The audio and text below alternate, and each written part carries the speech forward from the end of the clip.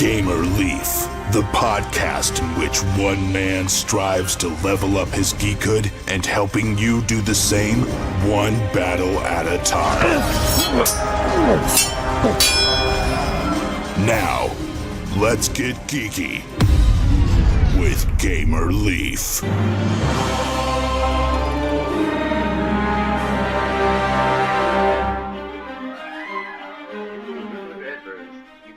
The dungeon and defeated the boss, and now it's time to divvy up the loot.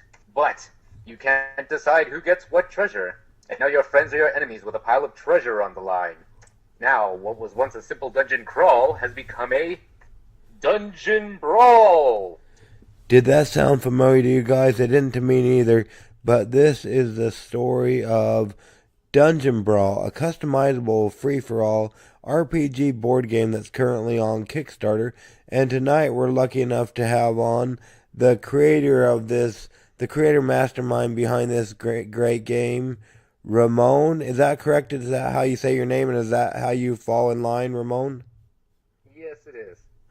Great. Thank you for joining us on Getting Geeky with Game Relief. We really appreciate it. Now, before we get too far into it, let's rewind a little bit if we could. We don't have to go all the way back, unless, of course, you were born into tabletop board gaming. But how did you get into tabletop board gaming, Ramon? Okay, so you started with you moved from Settlers Catan, from video games to Settlers of Catan and whatnot. So that's pretty cool. So you said you like your favorite games would deal with witches. Is that right? Oh, yeah.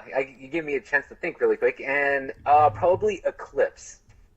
Eclipse. I haven't played that one, or I don't know if I've heard of it either. What can you tell other people that might not have heard of it like me about that game? Oh, man. It is a 4X game where you're trying to conquer planets, but there's several different ways you can win. It's all asymmetrical races that can produce different resources, or they get more money, or they can make ships cheaper, and you win of one of three ways. You can get a technology victory, you can get a victory point victory, you can win just by knocking everybody out in a military victory. It's so in-depth, and it's everything that I want in a 4X game, and I don't see any other game that I'd want to play in the genre just because they did it so well. Well, there you go, cool beans. So, going towards the elephant in the room, you currently have a new game on Kickstarter. What can you tell us about that, Ramon? Man, it's a mouthful. Yeah, a customizable RPG, take that free-for-all board game. Well, mainly cards with a board added, but it's a very card-driven. There's variable player powers. Everybody plays just like their RPG counterpart. So if you're familiar with D&D, it'll be like second nature to you. Okay, that's pretty cool. So was that the inspiration behind it, D&D, or how did you come up with it? That was the general idea. So I enjoy D&D, but I don't like playing long games, and of course everybody just likes the fighting. And I got really inspired by Red Dragon Inn, because in that sense, they are all different classes, and they all have specialized decks for doing different things. It's like, oh, I'm the warrior, I have more armor and more attack actions, and then you can play as the rogue, and the rogue has more gambling cards. So I was like, wow, this is amazing. Everybody's asymmetrical. I enjoy that so much, as compared to like a Euro game, where everybody starts at the beginning and then in the same foothold and work their way up in different ways. So, in that sense, I pulled that out of there, and it's characters that their deck defines them, and then I smashed it together with D&D and went, oh, this is perfect together. Everybody has their own unique abilities, and then the one thing that Red Dragon Inn was missing, I think, was creating your own deck. It's like, oh, I want to be, a fighter warrior, or I want to be a tanky warrior, and that's how Dungeon Brawl was born. Okay, so does everybody start off with their own deck, or it's kind of like a deck builder, or how does that go into play? It's more like Magic the Gathering or Yu-Gi-Oh! Or anything, just in the sense that you build your deck before you start playing. You're going to have anywhere between 23 and 25 cards to choose from each deck. But you're only allowed to take 12. So if you want to take, more healing, then you can. If you want to take more armor or more spells, it's all up to you. And your choices will make your deck your own. Okay, and are there different classes? Or you talked about different kind of warriors or whatnot, but what all classes are in this game? That is the wizard, the warrior, rogue, cleric, and ranger. Okay, so all the main ones from the RPGs, like Dungeons and Dragons, like you talked about. Right, all the classic tropes. And then you talked about they can be different, like you mentioned several different kind of warriors or whatnot. So is it kind of, I don't know if you've ever played Smash Up where you can combine different things. Is it similar to that where you can, like where you take other things from the other characters or their different ability cards, or how does that all go down? Everybody has their own pool of cards, so there's no taking from another class. So if you have a 5-player game, you're pretty much going to be using all the cards. But in the future, I'm going to be making a second expansion. Here's hoping that this one gets funded, and then I can make that one, and that one gets funded. And then you'll have enough cards that you'll actually be able to cross-class, and then it'll be very similar to Smash Up as well. Oh, okay, that's pretty cool. So, per se, me and you were to sit down and play Dungeon Brawl, how would that look? I mean, how would that sound? This is a podcast, after all, Ramon. Mm-hmm. All right. The board is a 2x3 grid. Movement and attacking is orthogonal, which is up, down, left, right, adjacent, basically. There's no diagonal attacking or movement other than, I guess you can go one left and then down one, yeah. Move once left and then move once down, and then that would be technically diagonal, but you've used two spaces. On the at the start of the first player's turn, there's going to be traps that flip over. Those will range from level 1 to level 3, and depending on how far you get into the wound deck, that will get rid of a level of traps and then escalate the danger of the traps, I should say.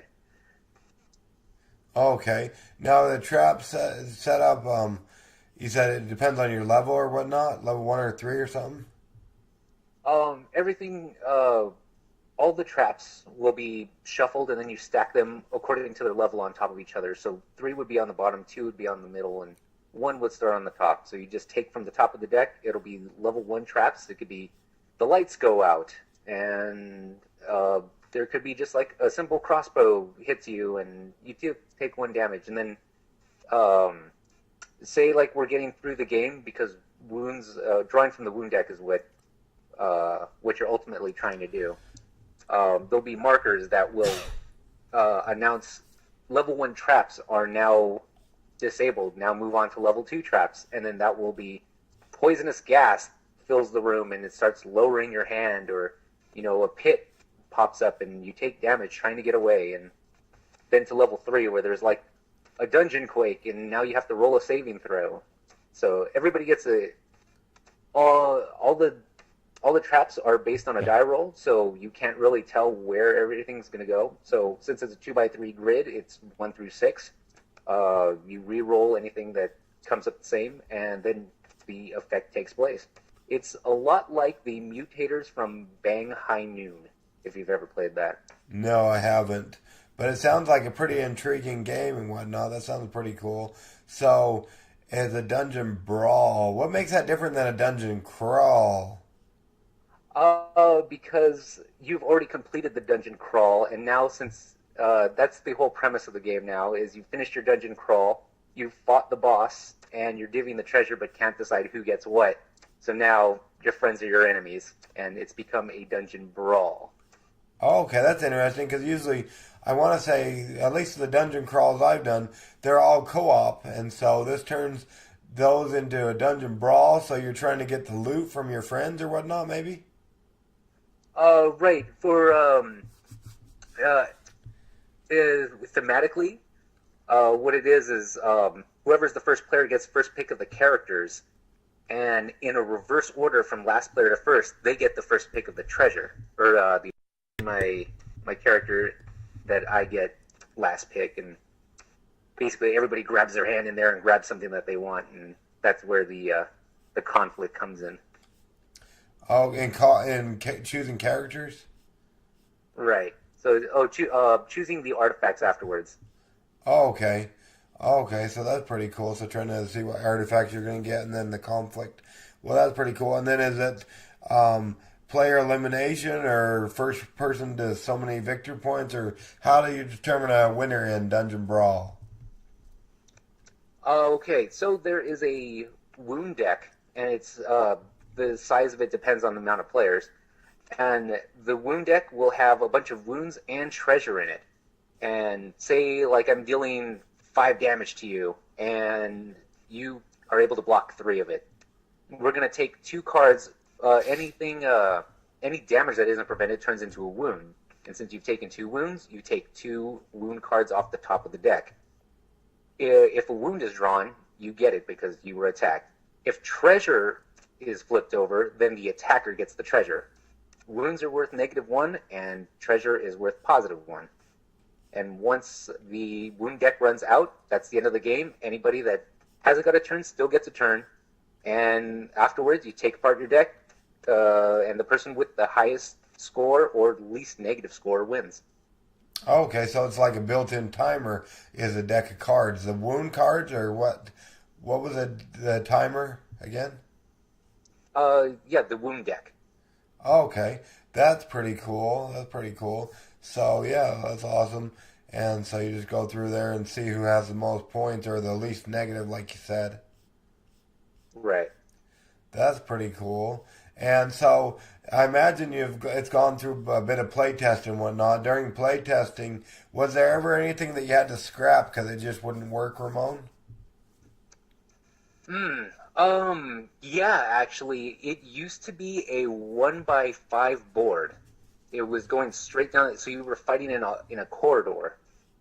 And I wanted to get the sense of claustrophobia, kind of, because there's so few places to move, and I wanted to make sure that there was conflict involved, but it just didn't pan out, and then scrapped it for a 2x3, added an extra square in there, and that's the only one I could think of that was a real major change to the game.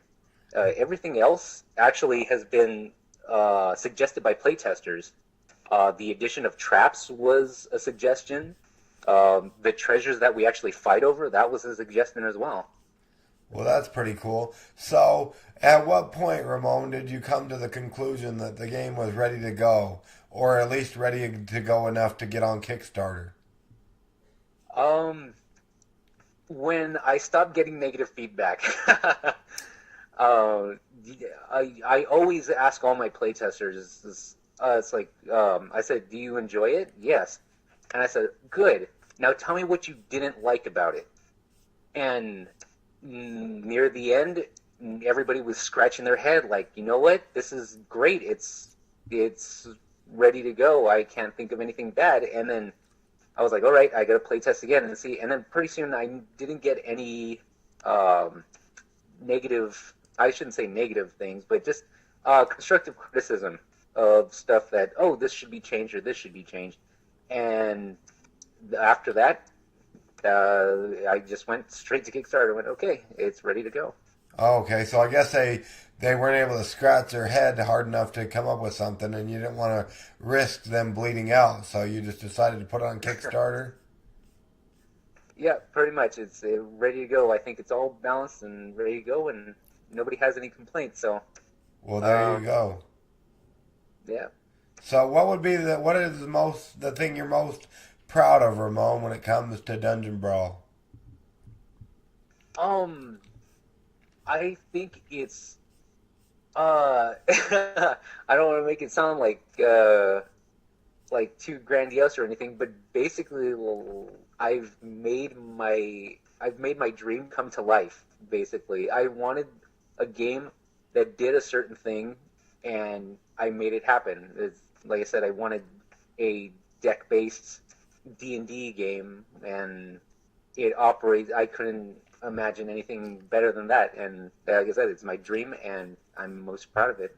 Well, there you go. Now, I don't know if you've heard of didn't they a while back ago they come out with a D&D deck or card game called Dragonfire maybe, or I forget what it's called.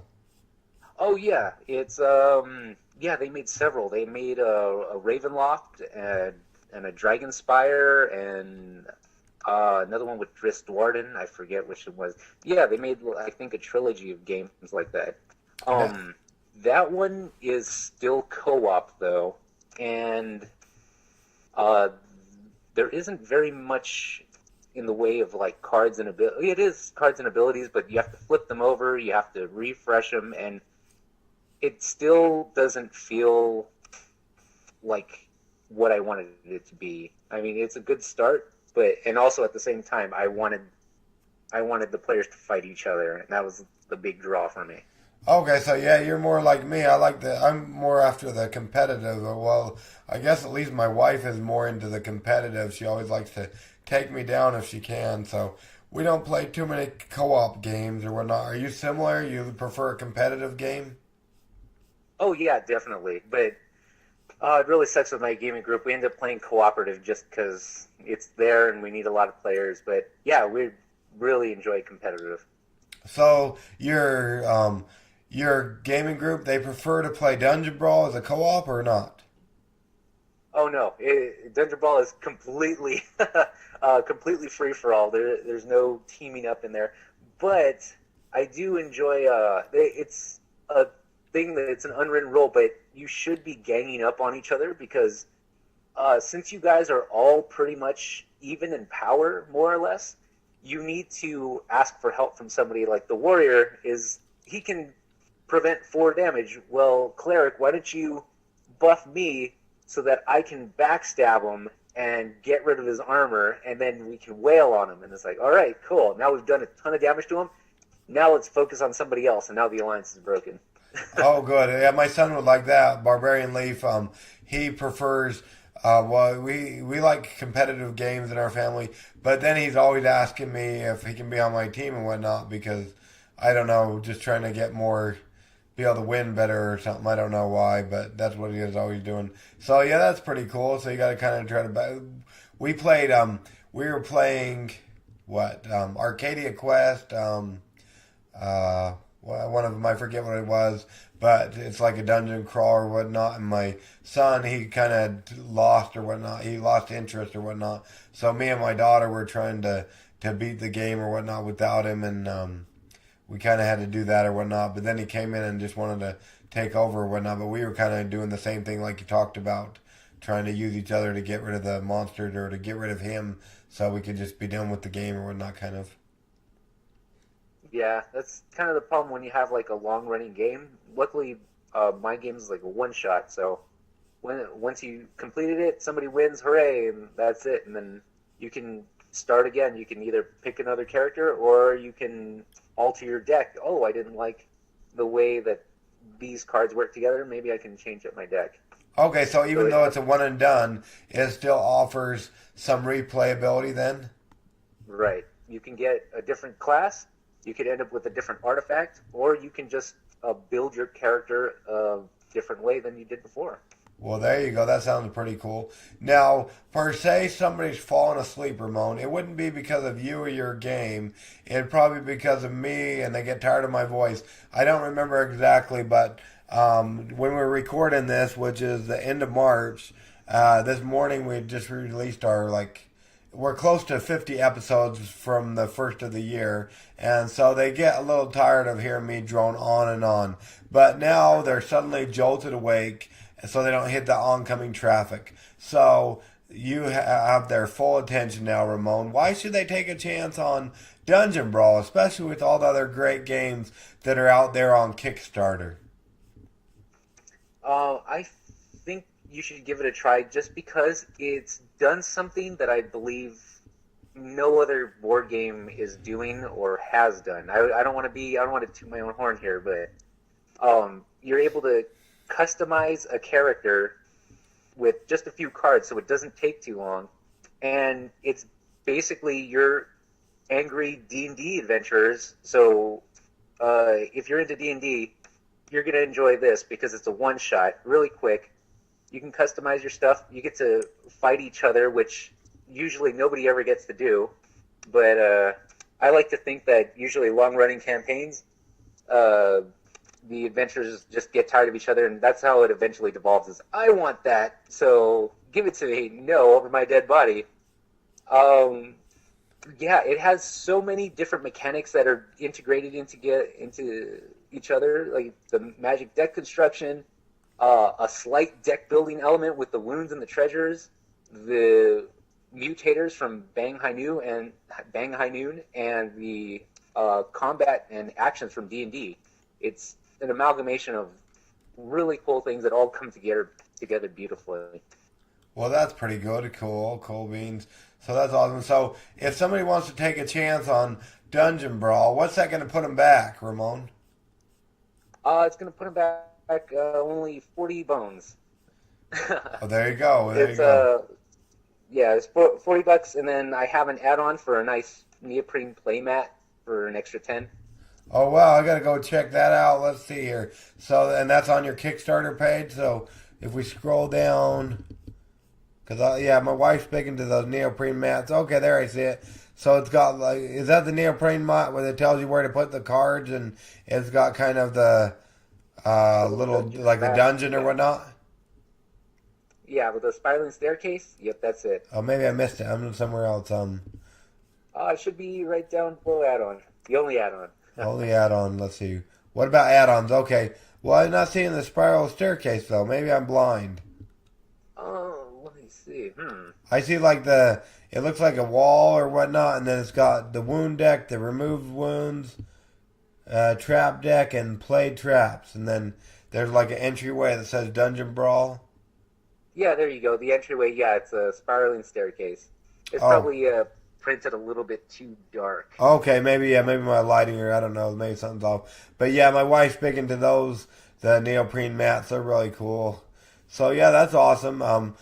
And so you said it's $40. What all do they get? And I know they don't get the add-on, but what do they get for that 40 bones, like you said? Oh, you get, let's see. Oh man, there's so many things in there. Mainly cards, but it's got the game board. It's got 5 plastic stands. For the cardboard standees that you're gonna have. So you have this really big character standees. You're gonna get 119 character cards. It's 248 cards total with all the traps, all the wounds, all the treasure, a 6-sided die, and a couple of little bits and bobs there. Well, there you go. Cool. That's pretty cool. And then I know you don't want to overpromise and underdeliver, but if somebody goes ahead and backs Dungeon Brawl, when would they anticipate getting the game so they can start to brawl their friends and get the artifacts and, yeah, just put their friends out of their misery, I guess, if you would? I'm looking somewhere around September. It usually takes 3 months from the start of constructing a board game to finish, depending on the difficulty based on the pieces and everything. Luckily, there isn't very much tooling involved. It's mostly cards, since it's a card-driven game, but it's got little stands and a die, the game board, everything else has to be manufactured. But yeah, looking around September. Okay, around September. That's pretty cool. Yeah, that's awesome. So, and I know you're probably a little bit biased, seeing how it's your game or whatnot. I know you said you had some playtesting, but is there any previews or reviews online that we can find of other reviewers that might have taken a chance on it and reviewed it for you? Maybe some YouTube channels or anything like that? Oh yeah, I got a couple of reviews and previews. Man Vs Meeple did a really in-depth walkthrough of my game. There's also Tantrum House. They did a brief one on that too. And also Father Geek. I'm not sure if a lot of people actually read his stuff, but his website is all written reviews. And he did an really in-depth review of the game. and it actually won his Father Geek award, it was approved by all groups of geeks. So I'm really proud of that one. Well, there you go. It's already winning. It's not even out yet, and it's already winning awards. Congratulations. Thank you. Well, that's pretty good. And it looks like maybe the Geekly Grind. What's that? Is that something too? Oh yeah, they were a local board game reviewer, and they have a pretty decent review of that too. And I should be seeing another one from High Voltage as well. They're a company based out of Los Angeles, and they put out a online magazine, and they're going to be putting out a review for that too. Well, there you go. So that's pretty good. And are there links on the Kickstarter to all these? Oh yes, on the Kickstarter page is links to all of it. Okay. Well, that's pretty cool. That's pretty cool. So cool beans. Now I don't know if you've gotten a chance to listen to any of our podcasts yet, Ramon, or not, but the next section on our podcast is called Adventures in Application Acquisition, where we talk about an app, be it for a smartphone, a tablet, a computer, or even a video game. And it doesn't even necessarily have to be related to dungeon crawls, or in this case, dungeon brawls, or even tabletop board gaming.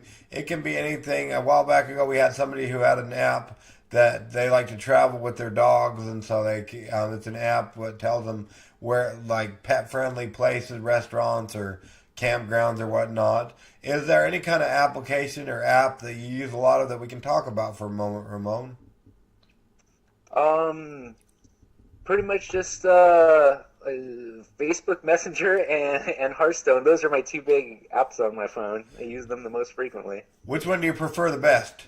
If you had to pick, you had like a block of time and nothing else was pressing, that you didn't have a Kickstarter going on at the time, and you just had a bunch of free time. Which app would you spend more time in, do you think? Oh, probably Hearthstone.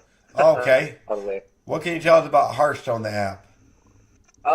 It is a card game made by Blizzard. It operates kind of like the TCG and CCGs, except you're buying digital cards, and you're playing nine classes with specific cards to their deck, and then they have a pool of neutral cards that they can pull from, and they construct a 30-card deck and fight each other. They both start off with 30 life, and whoever brings the other person down to 0 wins. It's kind of a play on Magic the Gathering. That's my best description. Okay, now is that a paid app or is that a free app? Oh, it's a free app, but you can make in-app purchases and buy more cards that way. That's how they get you. You know that, Ramon? Oh, yeah. Every expansion, I end up spending a good deal of money on it. Oh, boy. There you go. So is that something you can pass and play against your friends online, or is it just against the AI? You get all of them. You can play against a random stranger. You can link up with a friend, and then they have AI adventures that you can play against the AI.